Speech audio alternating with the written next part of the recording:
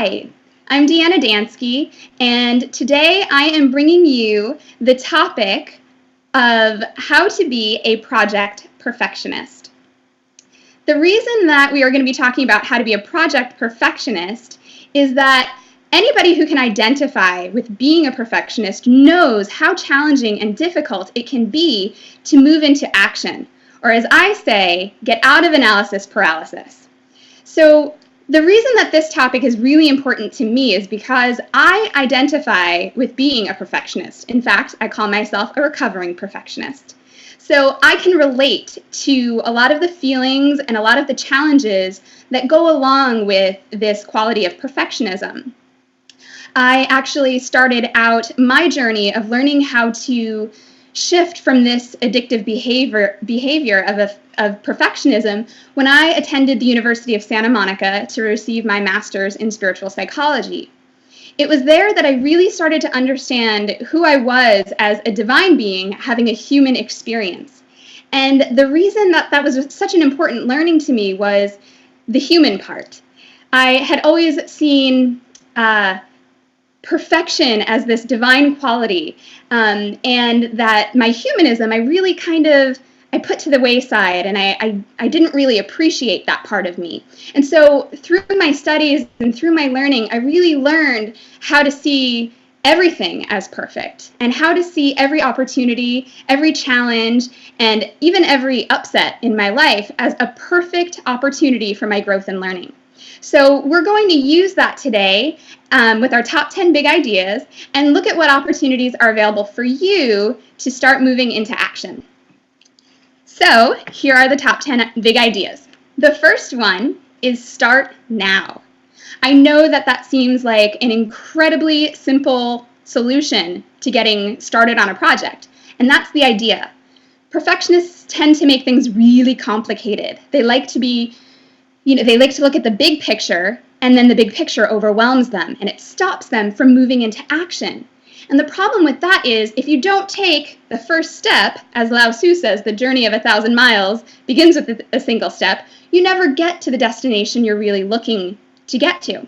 So if you can identify with the qualities of, I just need to do this before I can do that. I just need to clean the house before I get started on my writing. I just need to wash the car before I can sit down and paint that painting. If there's something that you feel you need to do before doing that other thing, I suggest doing that thing first. I suggest doing the thing that you're waiting to do, and do it now. If you've ever heard, Mark Twain has a quote that says, if you eat a live frog first thing in the morning, there will be nothing worse that will happen to you the rest of the day. So the idea of eating that frog first, getting it out of the way, if it's getting it done by 9 a.m. before you start all of your other things, the rest of your day can go so much more smoothly. So whatever that thing is that you're putting off, I suggest that you do that first. Top 10 big idea, number 2. You don't need more of anything. I know that perfectionists like information, accreditation, and validation. They like to know more. They like to think that they have everything that they need before they can start, all the information that's possible before they can begin their project. That you need accreditation. I need to go to school. I need to get my degree in this. I need to figure out how to do that. I need the validation from my accreditation so that other people see me as an expert. Other people see me as someone that is valid in sharing what I have to offer with the world. And I'm here to suggest to you that is not true. That is not going to get you anywhere. Action is going to get you somewhere. You have everything that you need to start now. One of the things that I learned as a life coach was that I only ever have to be one step ahead of any of my clients at any time. So in my career, there are people who have done things that I haven't done, and there are people who have. And I just serve the people that I can connect with, the people that I know I can relate to. And the more I grow, the more opportunities I have to serve more people. So I don't wait until I can serve everyone. I just start where I am with what I have. So I suggest to you that whatever it is you're putting off, whatever it is you're waiting to do because you think you need something first, that you go ahead and you try to start now and do what you can with what you have. Top 10 big idea number 3, confidence comes after. So similarly to wanting to have more of things first, perfectionists like to think that they need all of the confidence and all of the courage to start something before they do it. Now, I completely understand that. There's a fear that comes along with trying new things or experiencing something new, and we want to eliminate discomfort. Well, if you've ever heard this phrase, feel the fear and do it anyway, it applies perfectly here. There's actually a Wikipedia quote that I'm going to share with you today, and I love this line in the definition of confidence. If you look up confidence on Wikipedia, it says that self-confidence does not necessarily imply self-belief or a belief in one's ability to succeed. For instance, one may be inept at a particular sport or activity, but remain confident in one's demeanor, simply because one does not place a great deal of emphasis on the outcome of the activity. So the reason that I'm sharing this with you is because so many people are so attached to having that confidence and courage before, but what I suggest is that if you actually feel the fear and do whatever it is you're waiting to do anyway, that you actually gain the confidence and courage by doing that task. And then that propels you forward into doing more uncomfortable, challenging opportunities that are going to continue in service to your growth. Top 10 big idea number 4, enjoy the process. Make it fun. So this is an area where I always felt that I had a really big challenge. I always felt like I was a fun person, but that work was not meant to be fun. It was meant to be work. And so what I started to do was stop calling work work and started calling work fun. And it really shifted my perspective. The professors at the University of Santa Monica, Drs. Ron and Mary Holnick, have a little phrase that really helps me with being in the present moment and enjoying the process and making it fun. And that is high involvement, low attachment. And I'm going to explain to you what that means. High involvement, low attachment is, let's look at the high involvement part. High involvement means being present, being really focused on what it is that's before you in the present moment. What is the task at hand? How can you really engage fully in whatever is in front of you at this moment? How can you be here now in the present moment thinking about this and not necessarily about where you'd like to go or where you'd like to be or where that's going to lead you? The attachment is what creates discomfort inside of us because there's something about thinking that it should look a certain way. If I do this, then I want these results. But we really don't have any control over that. And I know control is a really big factor for a lot of perfectionists. They like to control things. So I suggest that you put that control to good use and focus on what you can control. As a life coach, I work with clients, and my income is dependent on the clients that I create in my life. Now, I can't always depend on the creation of a client because I don't know who's going to come and when. But what I can control is how much I reach out to people, how many hours a day I spend in conversation. So I look at the things that I can be involved with, and I release any attachment to what that might look like in the results area. So if you feel like there is a there that you need to get to, I suggest that you really focus on being here. What can I do right now in this moment in service to getting me to that place? And if you're really struggling with that, I suggest that you really allow yourself to focus on being in your heart space instead of your head space. And one of the ways to do that and to get really present is to have fun and make games out of whatever it is you're doing. I know it sounds a little silly, but some of us who work from home, one of the things that I do is I switch things up. Instead of sitting at my desk where I'm constantly typing away and doing the same old doldrum things that I do every day, I might decide to work in my bedroom, or I might decide to work in my pajamas one day. Or I might decide to wear a silly outfit while I'm making telephone calls. You can really allow yourself to just do something silly to shake things up. So whatever it is that's going to get you into the present moment, whatever it is that gets you into your heart space, that has you focus on being here, allows you to release the attachment to being there. And with that, I was a participant in college in quantum jiu-jitsu, and my sensei would tell this story that I absolutely loved about this student who would go to his master, and he would say, "Master, if I study with you 3 times a week for 1 hour, how long will it take me to become enlightened?" And the master would say, "It will take you 20 years to become enlightened that way." And the student was confused. Wow, that's a really long time. What if I study 5 days a week, 2 hours a day? And the master said, "It will take you 40 years to become enlightened." And the student was so confused. How is it possible that I'm actually going to spend more time training with you, and then it's going to take twice as much time to be enlightened? I thought that if I take twice as much time in my process, it would take me half the time to become enlightened. So the student said, "What if I study with you every single day for several hours a day? Then how long will it take me to be enlightened?" And the master said, "If that is the path, then you will never become enlightened." So at this point, the student was really confused and asked the master what he meant by that. And the master said, "With one eye on the path, one eye on the prize, you only have one eye to see the way." And so with that, I suggest that while you may have a goal, you may have that prize, you may have that place that you're looking to get and that place that you're looking to be, it's really about focusing on what's in the present moment, right here, right now, and putting all of your attention and focus on that in service to moving you forward to get to that goal. Top 10 big idea number 5. It's hard until it's not. This one always makes me laugh because it's true.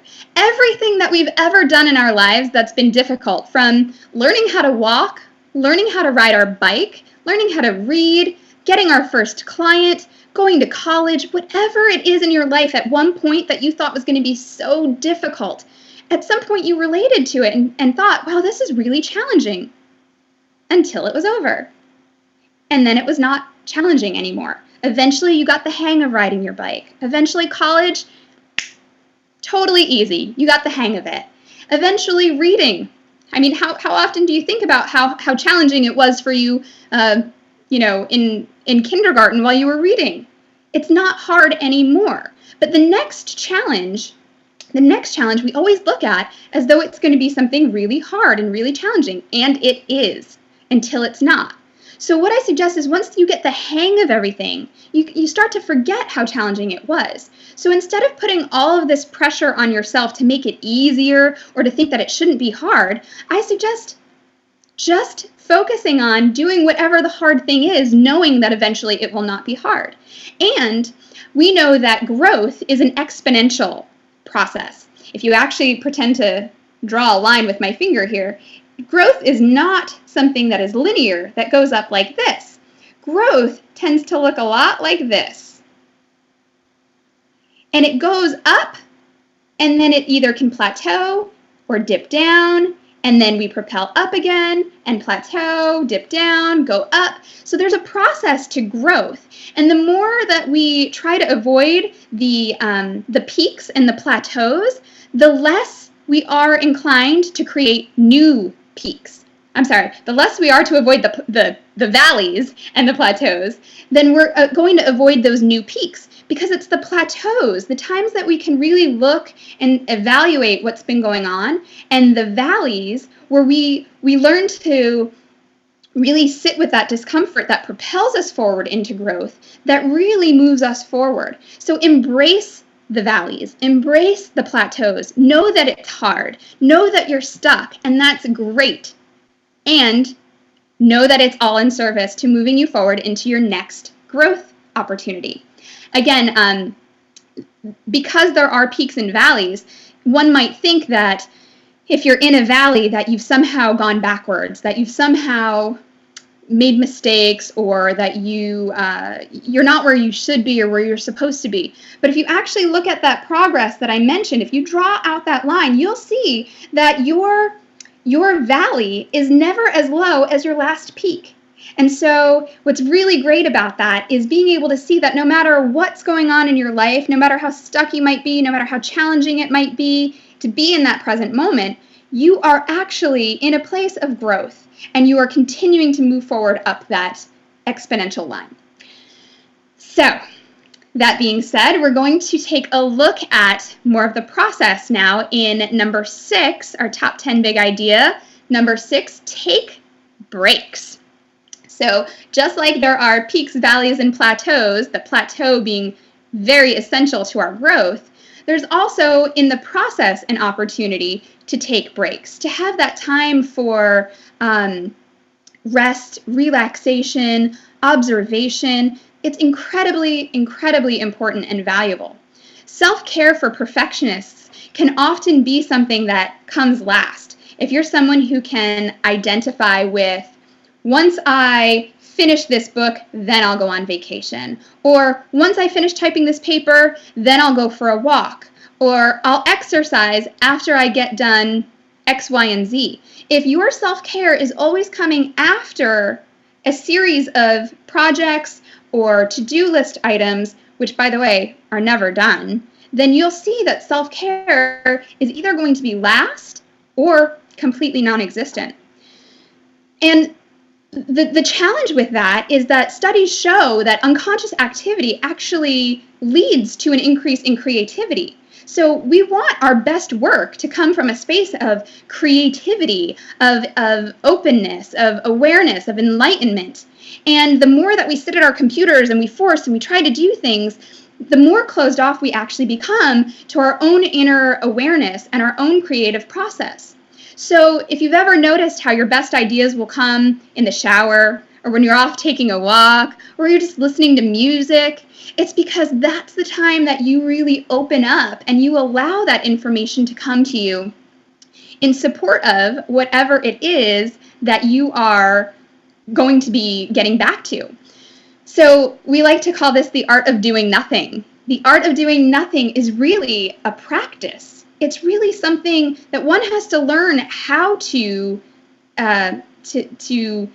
experience in their life. In fact, if you've ever done yoga, which I know a lot of people in this community love yoga, I was at a class one day and my instructor was talking about how when we were in Shavasana, which is the corpse pose that comes at the end of the yoga class, you're in this place of stillness. And I always thought of Shavasana as like nap time, as, I just worked my butt off in this yoga class and I totally get to relax now.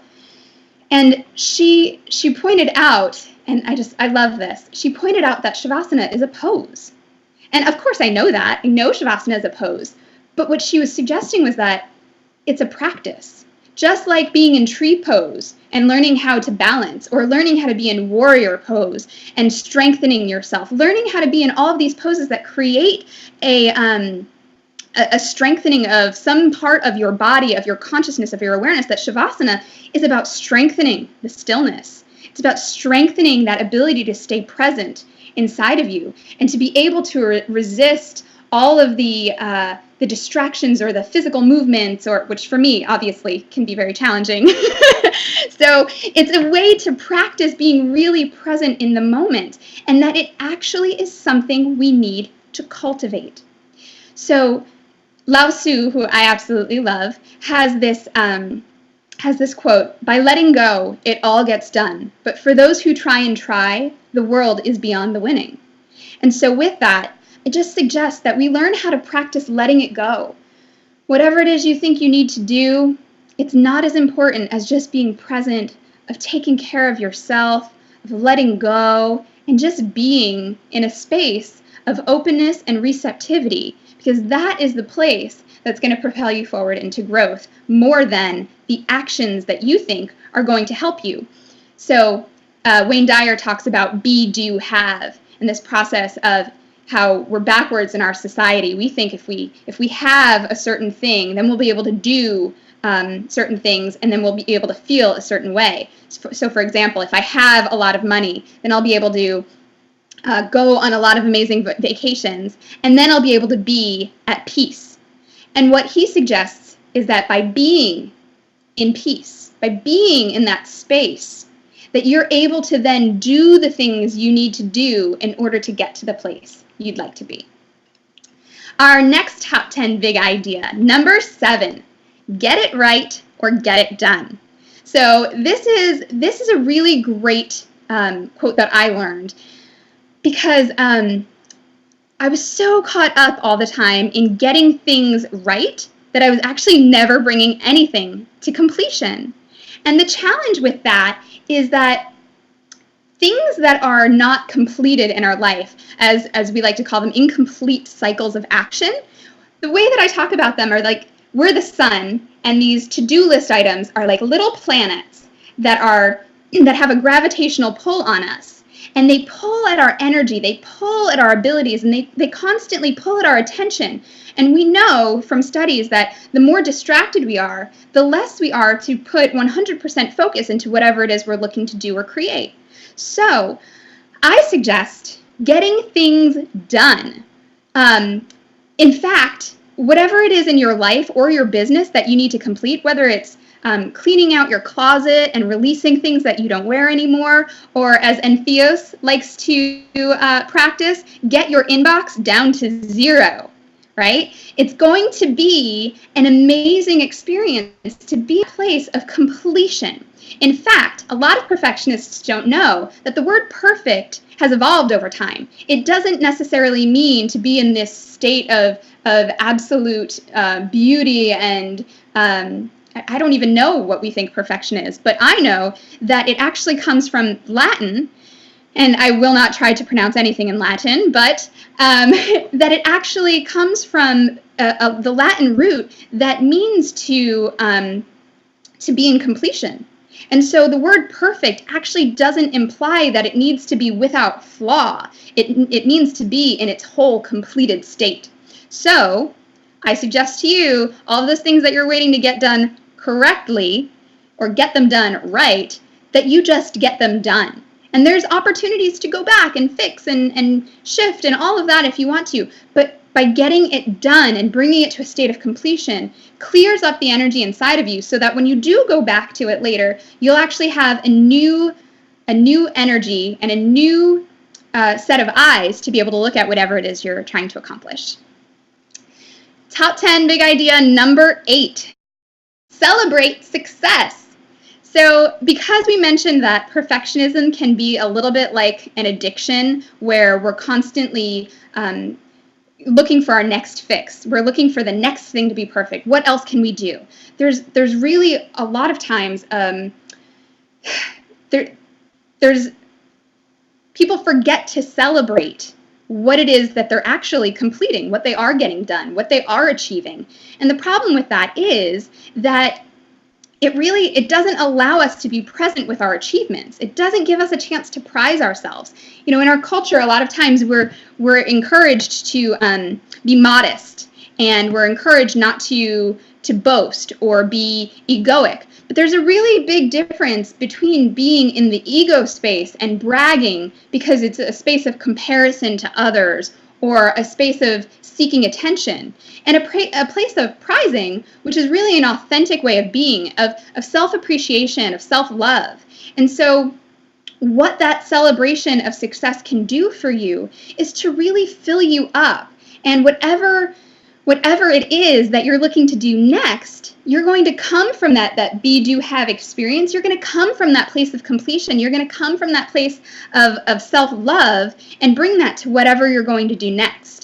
So one of the things that I suggest for a lot of my clients is when they're feeling like they're constantly chasing the next carrot, is that you make a success folder and you take a look at all of the things that you have accomplished up until this point. So many of my clients forget how far they've really come.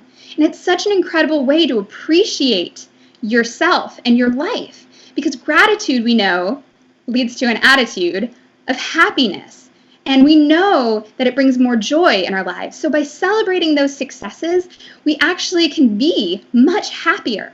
So make your success folder, put in all of the things that you've accomplished. And when you're feeling like you're down, or why am I doing this? What was I thinking? I can't do this. I'm not good enough. Go back to that folder and remind yourself of all of the things that you've done, all of the things you've accomplished, and all of who you are and what you've brought to the world. And remind yourself that the next thing is just the next thing that you're going to celebrate. Top 10 big idea number 9, celebrate failures. I know. Perfectionists hate failing.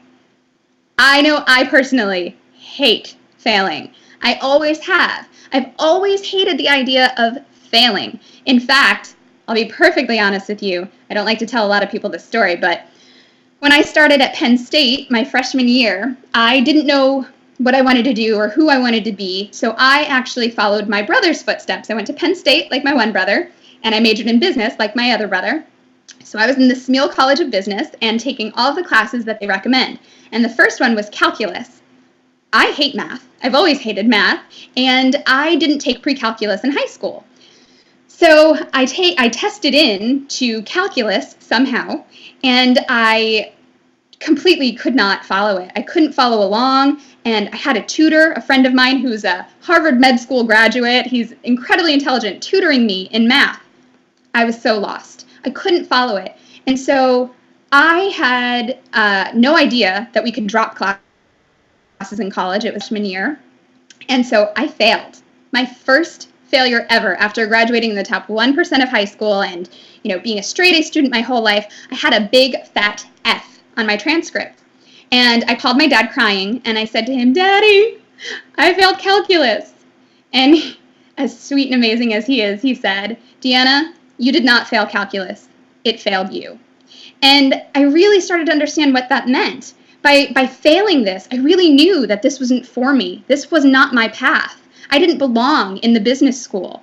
So I started to look at the other classes that I was taking, psychology and French and sociology, and I realized I love people. I love communication. I love getting to know people. So it was through that failure that I really got to learn who I was and what was important to me.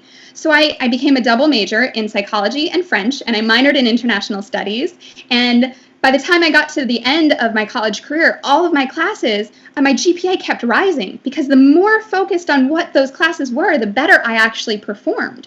So that little story to me is always a great reminder that these failures are not failures if you look at them as learning experiences and learning opportunities. Like Edison says, I haven't failed. I've found 10,000 ways that don't work, when he was creating the light bulb. And that's, if you look at life as an experiment, if you look at life as just a series of learning opportunities, there really are no failures. There's just opportunities to get a deeper level of knowing and learning about yourself or whatever it is that you're doing. So I recommend celebrating those failures. I recommend taking a look at them and appreciating them for what they've given you and what they've provided for you. Which leads us to our top 10 big idea, number 10. Create a new story. Create a new story. So for all of you who've been listening because you saw perfectionist in the title of this course and you thought, that's me, I need to learn how to be a perfectionist and get things done, that's great. And I'm glad that you're here. And I'm glad that I can connect with you having been a recovering perfectionist. But here's the real opportunity. To create a new story. Does it really serve you to stay in a pattern that holds you into a belief about yourself that you can't get things done until you do other things, or that things need to be perfect before you move forward, or that you need to have things a certain way in order for you to be happy? Does that serve you, or does that pull you back? Does it hold you back and keep you in this place where you play small? If it's holding you back, you can take this and create a new story for yourself, and you can really choose more empowering ways of being. I'm a powerful creator. Whatever it is that you think perfectionism is holding you back from, make that your new story. Oh, I can never relax. I'm completely relaxed and productive.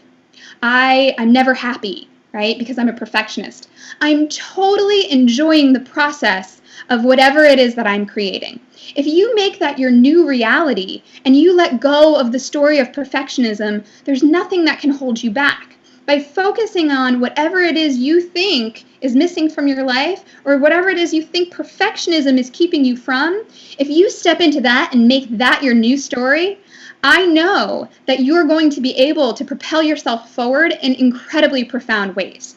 So, that's our top 10 big ideas on how to be a project perfectionist. I hope that you've enjoyed your time here with me today. I just send you so much love in whatever it is that you're looking to do or create in your life. And I know that if you operate from that place where you are completely filled with the knowing that you are already perfect and that everything you do is already perfect, then whatever you create in this world is bound to be an expression of that.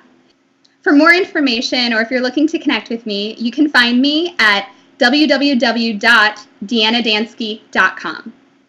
So good luck to you all, and I look forward to seeing you here again.